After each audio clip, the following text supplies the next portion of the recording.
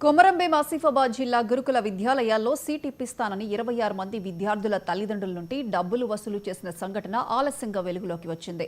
మహాత్మా జ్యోతి బాపులే గురుకుల పాఠశాలలో సీట్ ఇప్పిస్తానని ఆసిఫాబాద్కు చెందిన వ్యక్తి మంత్రి సీతక్క అనుచరుడిగా ప్రచారం చేసుకున్నాడు.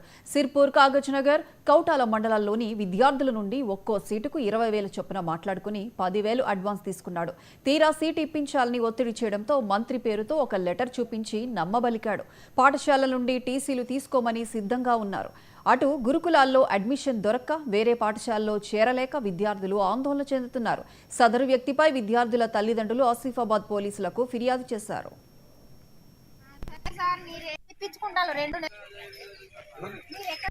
మనిషి కంటే 10,000 సార్. మేము 26 మంది, మొత్తం 26 మంది పిల్లలై తీసుకున్నాడు డబ్బులు.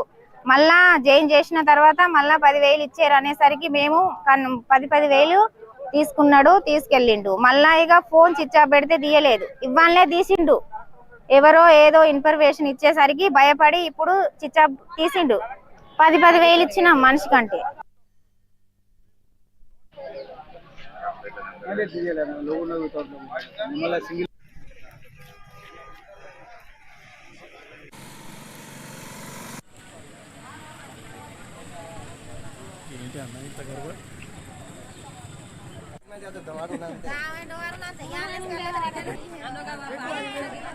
दवार